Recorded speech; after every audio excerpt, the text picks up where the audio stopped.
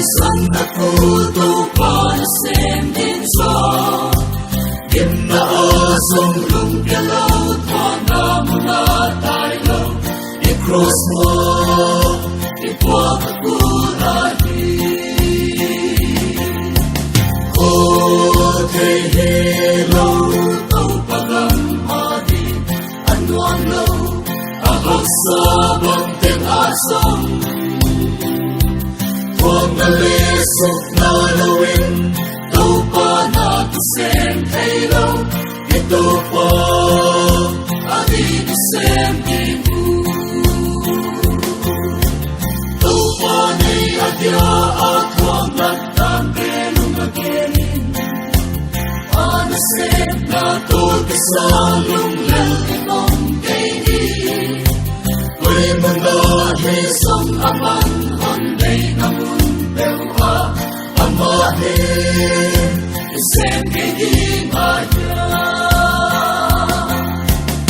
Kotay hello Tau pagang hadi Ano ang low Ahak sa banteng asong Huwag nalisok na lawin Tau pa natusem kayo Ito pa Aditusem ibu Tau pagam nasem low Nang temang kandingan ibu Anasem low Nang ihiin sa ibang kandi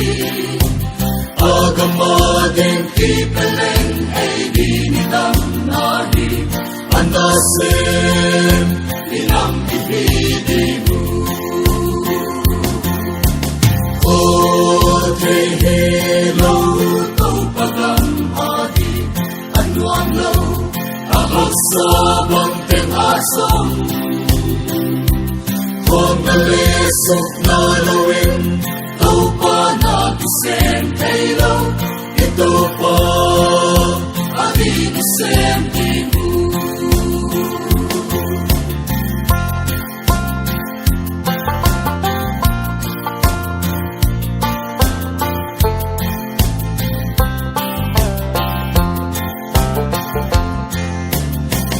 Pagam na selo ng temang kandingan iyo Anaselo ng ihiin so imang kandi Agamadin kipelen ay dinitang nadi Anasem inang ihidimu Kotay hello Tau pagang hadi Ano ang low Ahak sa banteng asong Huwag nalisok na lawin Tau pa natusem kayo Ito pa Aditusem ibu Kotay hello Tau pagang hadi Ano ang low Ahak sa banteng asong Huwag nalisok na lawin Tau pa natusem kayo Ito pa Aditusem ibu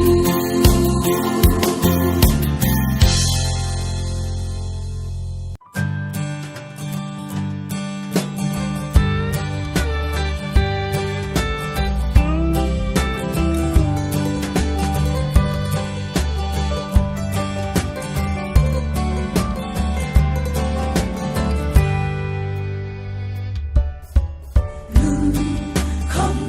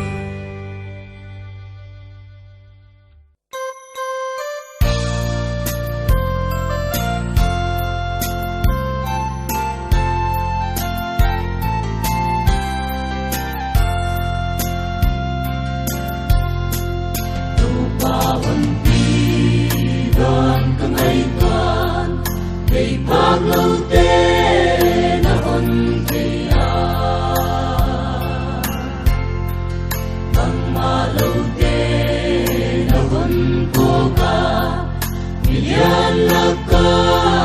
nahon sintel samzo alam langay nahon pinan sila hilaw hingmin puin gensya na len way siya nakala gentay mga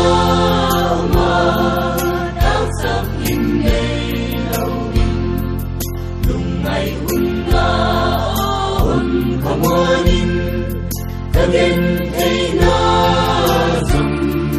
panan, swag, sabzen. Akalin din,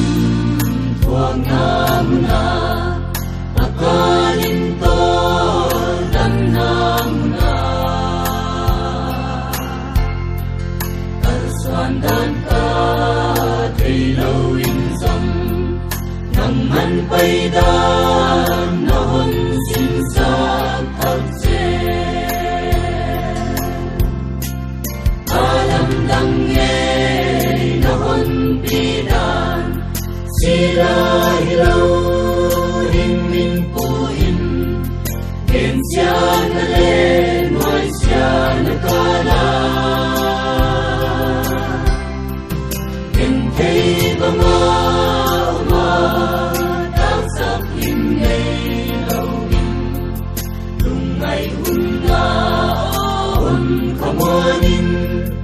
Again, hey, nazam,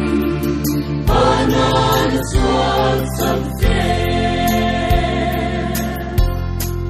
Tamlay tako, wazin mangin, sagwag nalim,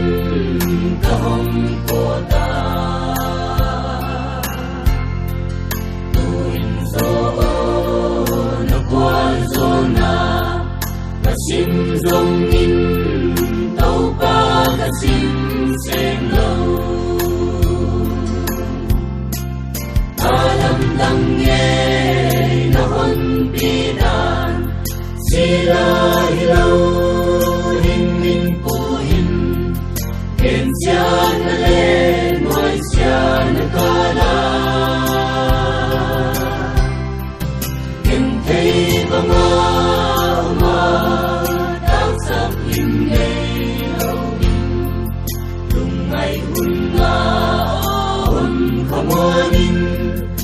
Again, hey, nazam,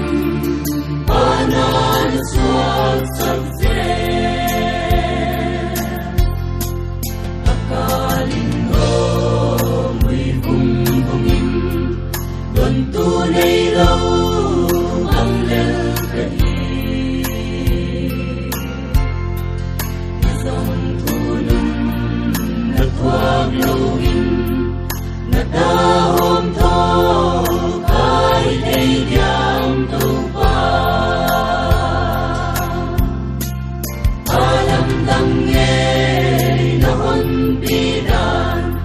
Sila hilaw hingmin puin gensya na len way siya nakala gentay mga umatagsak lingay lawin lungay ungaon kamuanin again ay nazam panan swag sabzen alam langay nahon pidan sila hilaw hingmin puin gensya na len way siya nakala gentay mga umatagsak lingay lawin lungay ungaon kamuanin again ay